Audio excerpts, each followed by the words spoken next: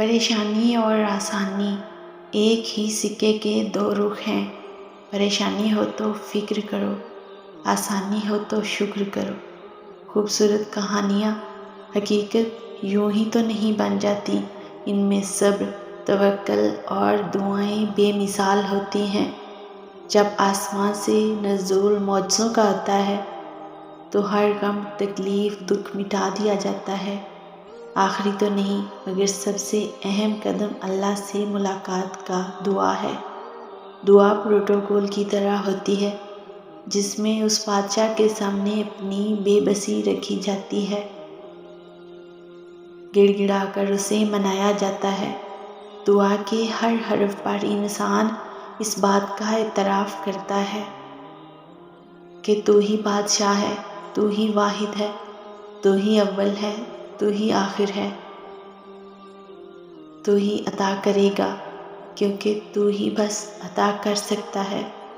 دعا پہاڑوں کو بھی سرکانے کی صلاحیت رکھتی ہے اور لکھی ہوئی تقدیر کا ایک ایک حرف بھی تبدیل کر سکتی ہے۔ تم سمجھ سکتے ہو کہ تاخیر کا مطلب ناممکن ہے، حالانکہ تاخیر تو اللہ کی مہلت ہوتی ہے تاکہ تم اسے اپنی رضا کے لیے منا سکو۔ کیا پتہ یہ دیری ناممکن سے ممکن تک پہنچانے کا مختصر سا وقفہ ہے۔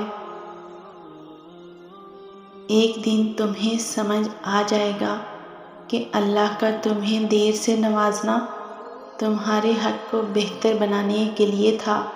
صبر کا دامن نہیں چھوڑنا۔ وقت بدلے گا، حالات بدلیں گے اور دعائیں قبول ہوں گی۔ اللہ قبولیت کی منزلوں سے پہلے تمہیں انتظار سے گزارتا ہے۔ وہ ہمیشہ اسی کو دیتا ہے جسے وہ انعام کے لیے چن لیتا ہے، اور مسلسل دعا دلیل ہے کہ قبولیت کی گھڑی آنے والی ہے۔ دیکھنا ایک دن تم شکر کے سجدے میں ہوگے اور آنسوں سے تمہارا چہرہ اور جائے نماز بھیگ چکی ہوگی۔ تمہیں سمجھ نہیں آئے گا کہ کس طرح اس رب کا شکر ادا کرو۔ تمہاری وہ دعا جو تمہیں ہر نماز میں یاد آتی ہے، جو تم سجدوں میں گر کر مانگتے ہو، جو تمہیں بے چین کرتی ہے، وہ ضرور قبول ہوگی۔ وہ سب دعاؤں کا جواب دیتا ہے، یقین کرو۔ جو اللہ کی ذات پہ کامل یقین رکھتے ہیں ان کے لیے معجزے بھی اسی دنیا میں ہوتے ہیں۔